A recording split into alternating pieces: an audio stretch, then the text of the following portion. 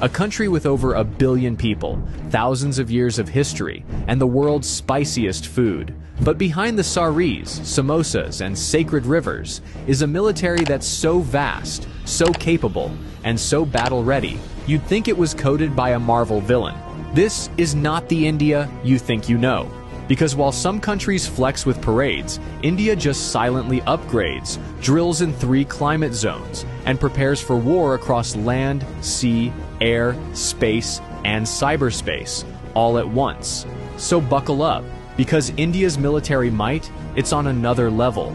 Let's talk geography, because India doesn't live in a quiet cul-de-sac. It's in the world's most intense neighborhood. To the north, you've got China, nuclear-armed, high-altitude, and constantly eyeballing mountain borders. To the west, Pakistan, with decades of tension and history that could fill its own Netflix series. To the east, jungle borders with Myanmar, insurgent hotspots, and some of the toughest terrain on Earth. And to the south, the Indian Ocean, where everyone from the US Navy to Chinese submarines likes to just hang out. In other words, India is surrounded by drama. But here's the twist. While most countries would freak out, India builds a defense force designed for permanent pressure.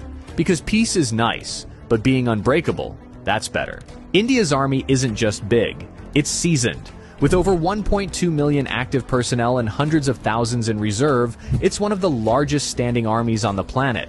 But this isn't just about numbers, it's about experience. While some armies do war games in the desert once a year, Indian soldiers are literally fighting real skirmishes in the Himalayas, guarding borders at -30 degrees Celsius, and tracking insurgents through monsoon-soaked jungles. Imagine doing combat patrols with frozen eyelids or humidity so thick your socks turn into soup. That's Tuesday in the Indian Army. And then we get to the elite units. Para-SF, India's special forces that train to jump into war zones from 30,000 feet up. They go behind enemy lines and vanish like a WhatsApp status. Ghatak platoons, the army's pointy end of the spear. First in, last out, always loud. RR, Rashtriya Rifles. Fighting counterinsurgency operations 24/7. Not hypothetical, not training. Real combat, real bullets, real stakes. And they're not just trained for ground warfare. They're trained for multi-front conflict, from urban environments to mountain peaks higher than most planes fly. You want gritty? India's army defines it. Now let's talk sky supremacy. The Indian Air Force, or IAF, doesn't mess around. With over 1,500 aircraft, it's one of the biggest and most versatile air forces in the world. And it flies everything. You've got Sukhoi Su-30 MK-IS, multi-role monsters that dogfight like fighter jets and strike like bombers. Rafale jets, precision, speed, stealth. These things could thread a needle from a mile away.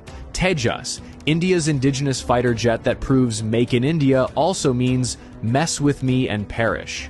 Oh, and the pilots? They train at altitudes where oxygen is a suggestion, and landing strips are made of ice. But IAF's strength goes beyond jets. You've got AWACS for battlefield surveillance, airborne refueling tankers for long-range operations, and missile systems that give enemy aircraft approximately 0 chances.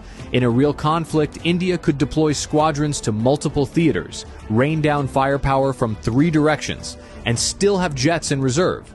And did I mention they once bombed a terrorist camp 80 kilometers into another country, casually flew back and said, "Yup, we did that"? Yeah, they don't bluff. Now, let's go aquatic. India's Navy is the silent assassin of South Asia.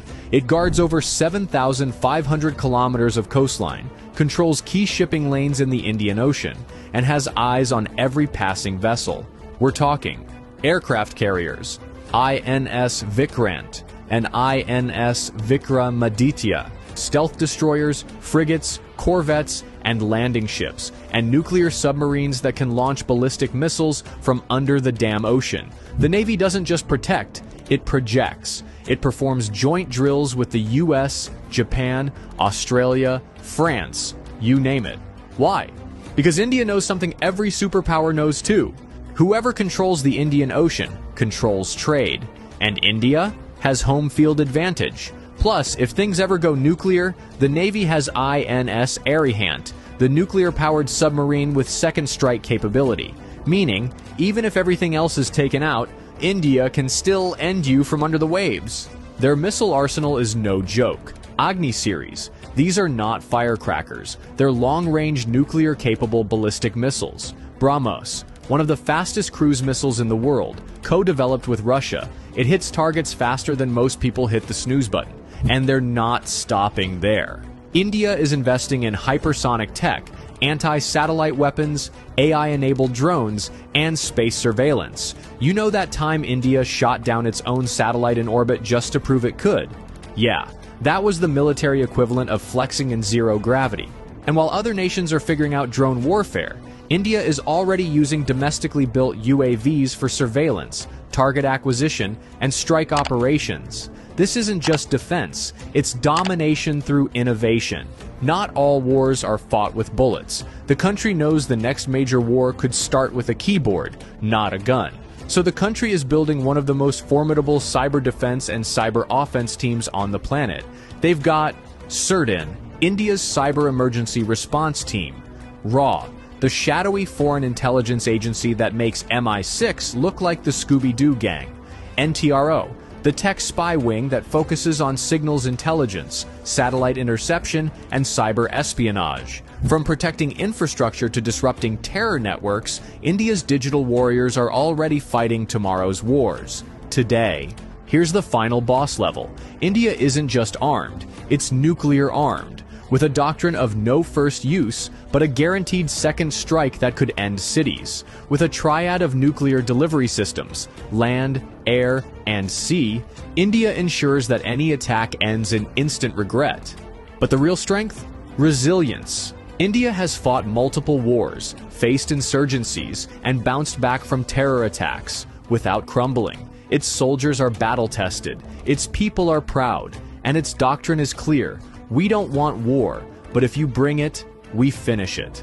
So, yeah, next time someone says India is just software engineers, spicy food, and spiritual gurus, remind them it's also one of the largest, most experienced militaries in the world, a nuclear power with cutting-edge tech, a regional powerhouse with global reach, and a nation that trains for every possible threat, just in case the unthinkable becomes real.